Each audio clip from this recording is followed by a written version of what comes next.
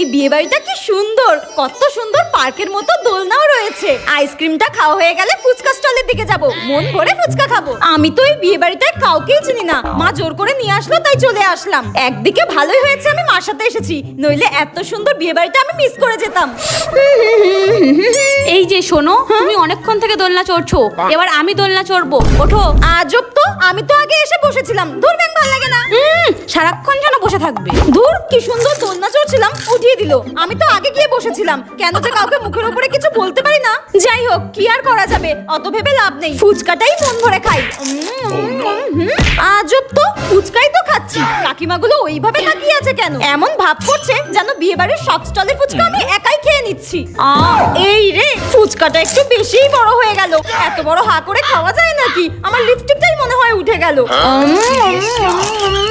আর ফুচকা খাস না? মা দাঁড়াও না, আর কটা খাই। বিয়ে বাড়ির ফ্রি ফুচকা বলে কথা, যতক্ষণ না পেট ভরবে ততক্ষণ খাবো। মিষ্টিদের বাড়িতে চলে এসেছি, এবার সন্ধ্যের টিফিনটা এদের বাড়িতেই করে নেব। এদের বাড়িতে তো অনেক খাবারই থাকে, চাপ, সিঙ্গারা, মিষ্টি, আজকে খাবোই। কি গো মিষ্টির মা, কেমন আছো? হ্যাঁ, ও পুটির মা, হ্যাঁ হ্যাঁ হ্যাঁ, ভালো আছি ভালো আছি। তুমি ভালো আছো তো? ভালো আছি ভালো আছি। এসো এসো, বসো বসো বসো। হ্যাঁ হ্যাঁ, বসছি বসছি, বসার জন্যই তো এসেছি। ধুর বাবা, কখন থেকেই তো বসে আছি, কিছুই তো খাওয়ার জন্য বলছে না। না না, নিজেকেই বলতে হবে। দিদি, একটু জল হবে? অনেকক্ষণ ধরে না জল তেষ্টা পেয়েছে, গলাটা কেমন শুকিয়ে যাচ্ছে। জল খাবে? আচ্ছা ঠিক আছে, তুমি একটু বসো, আমি তোমার জন্য জল নিয়ে আসছি। বসো। হ্যাঁ হ্যাঁ হ্যাঁ, যাও যাও যাও, জল নিয়ে এসো, সাথে একটু খাবারও নিয়ে এসো। আমি তো জানি তোমার বাড়িতে অনেক ভালো মন্দ খাবারও থাকে। এই নিন দিদি, এগুলো খেয়ে নিন। দাও। এত খাবার, আমি তো এত খাবার আশাই করিনি। আজকে প্লেটের মধ্যে একটা টুকরোও রাখবো না পিঁপড়ের জন্য। ছোটবেলায় বাড়িতে কেউ আসলে যা ভাবতাম। মনা, আসলাম রে, ভালো থাকিস। হ্যাঁ হ্যাঁ পিসি, তুমি চলে যাচ্ছ? হ্যাঁ পিসি, তুমি যেও না, তুমি আর দুদিন থেকে যাও না পিসি, প্লিজ প্লিজ প্লিজ। হ্যাঁ না রে মনা, আর থাকতে পারবো না। সামনের সপ্তাহ দিয়ে তো দাদা দিদিদের পরীক্ষা শুরু হয়ে যাবে, আর আমি যদি এখানে পড়ে থাকি ওরা তো পড়াশোনা লাটেই তুলে দেবে। হ্যাঁ, ও দাদা দিদিরা একা একা পড়ে নেবে। না রে মনা, আর থাকতে পারবো না। তো দাদা দিদিদের পরীক্ষা হয়ে যাক, আমি তোদের বাড়িতে 1 মাস এসে থাকবো, ঠিক আছে? হ্যাঁ, দাদা দিদিদের পরীক্ষা হয়ে গেলে তুমি 1 মাস এসে থাকবে। ইয়ে, কি মজা কি মজা কি মজা। হ্যাঁ, আর রাগ করে না বাবা, আর রাগ করে না। কিন্তু আমার খুব কষ্ট হচ্ছে পিসি। আসছি, হ্যাঁ ভালো থাকিস। বৌদি, আসলাম।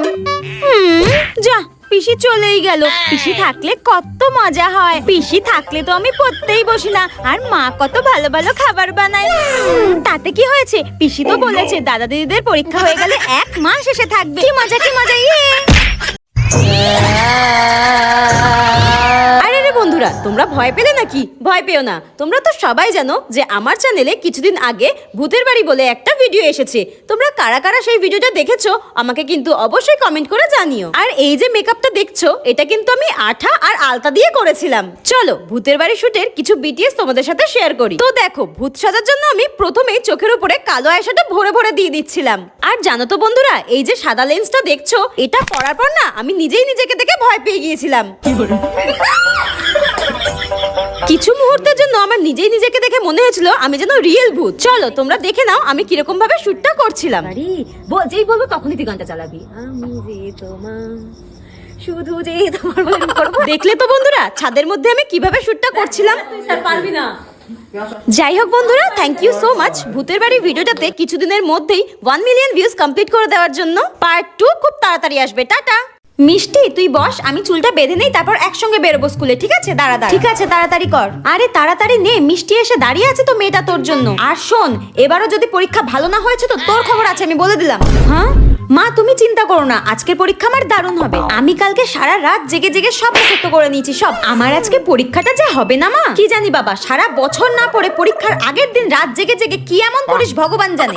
দেখো মা, তুমি সব সময় বলো না আমি বোকা, আমি কিছু বুঝি না, হাদার মতো কাজ করি। আজকে দেখো, আজকে রেজাল্ট আমার খুব ভালো হবে। আজকের পরীক্ষায় আমি সব পারবো, সব সব মুখস্থ করেছি আমি। তাই নাকি? এই মিষ্টি শোন না, আমার স্কুলের ব্যাগে একটু বাংলা বইটা ঢুকিয়ে দে তো। স্কুলে গিয়ে যদি সময় থাকে আর একটু পড়ে নেবো, দেখবি তাহলে আরো ভালো রেজাল্ট করতে পারবো, ঠিক আছে? হ্যাঁ, বাংলা বই ঢোকাবো, কিন্তু আজকে তো ইংরেজি পরীক্ষা। হ্যাঁ, আজকে ইংরেজি পরীক্ষা? আমি তো সারা রাত বাংলা পড়েছি। কি আজকে ইংরেজি পরীক্ষা আর তুই সারা রাত জেগে জেগে বাংলা পড়েছিস? তোর কাজ আমি কিছু স্বার্থপর বন্ধুরা যেমন হয়। ইস, অনেকটা লেট হয়ে গেল। ওরা মনে হয় আমার জন্য ওয়েট করছে। হ্যাপি হোলি বান্ধবী। এ কি, তোরা আমাকে ছাড়াই এইভাবে একা একা হোলি খেলতে শুরু করে দিলি?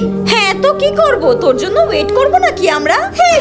একটু তো ওয়েট করতে পারতিস বল, আমি তো তোদের বান্ধবী হই। আমরা তো একসঙ্গেই প্ল্যান করেছিলাম হোলি খেলবো। এই বাবা দেখ, সাদা শাড়িও পরে নি একটা, বললাম সাদা শাড়ি পরতে। আমরা দেখ ম্যাচিং ম্যাচিং করে সাদা শাড়ি পরেছি, তুই এরকম হলুদ শাড়ি পরেছিস কেন? তোর কি কোনো সেন্স নেই? কি পরেছিস এটা? হ্যাঁ, সাদা শাড়ি পরে হোলি খেলার প্ল্যান করেছিলাম আমরা। এটা পরেছিস কেন? আরে আসলে আমি সাদা শাড়ি জোগাড় করতে পারিনি, আর তোরা তো জানিস আমার সাদা শাড়ি নেই।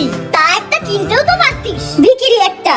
তোরা তো জানিস আমার সিচুয়েশনটা, টিউশনি করিয়ে কত টাকাই বা পাই বল যে একটা নতুন শাড়ি কিনে ফেলবো? এই জন্য বলে জানিস তো, গরিব মানুষদের সঙ্গে কখনো বন্ধুত্ব করতে নেই। যা তো এখান থেকে। আয় তো আমরা হোলি খেলি। হ্যাপি হোলি। হ্যাপি হোলি। সত্যি টাকা না থাকলে হয়তো দুনিয়ায় সত্যিকারের বন্ধু পাওয়া যায় না। কি রে টেপি, তোর চুলগুলো কি সুন্দর রে। কি লাগাস রে চুলে? হ্যাঁ, আমি আমার চুলের অনেক যত্ন নিই।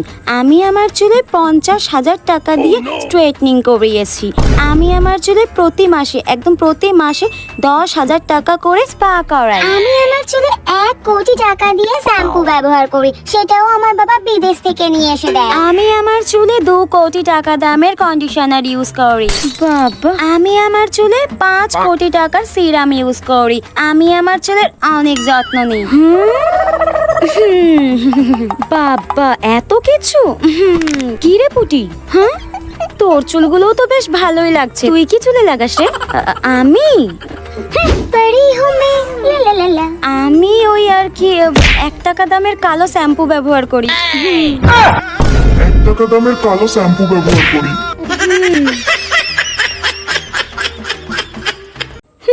সন্ধেবেলায় চা না খেলে মনটা কেমন হাঁসফাঁস করে, আর ঠিক কারোর না কারোর বাড়ি থেকে জুটেও যায়। পায়ে কি লাগলো মনে হচ্ছে, দেখি তো একবার কি লাগলো। পায়েস, কেউ আসার আগে সাঁটিয়ে দিই।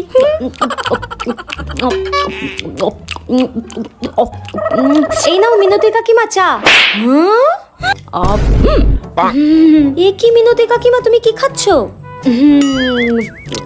পায়েস নিচে রাখা ছিল, ওটাই খাচ্ছি। মেঝেতে পড়ে থাকা পায়েসটা খাচ্ছ তুমি? আরে ওটা আমাদের মিনি বিড়াল এঠো করেছিল। ইস ইস,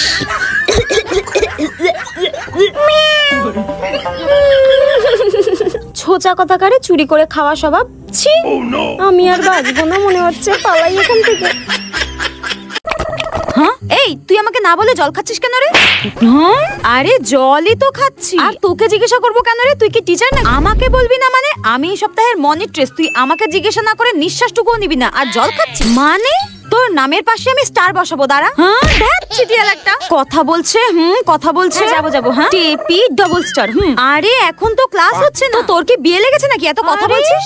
এই টেপি, তুই ঠোঁটে লিপস্টিক দিয়ে এসেছিস কেন রে? মোটেও আমি লিপস্টিক পরিনি। হ্যাঁ, এটা আমার ন্যাচারাল লিপ কালার। হ্যাঁ, ন্যাচারাল লিপ কালার। এটা স্কুল না ফ্যাশন শো করার জায়গা? হ্যাঁ, ওড়নাটা ওপরে করে পর, ওপরে করে পর। বড় আমার টিচার এলেন। তুই নখে নেল পলিশ পরেছিস কেন রে?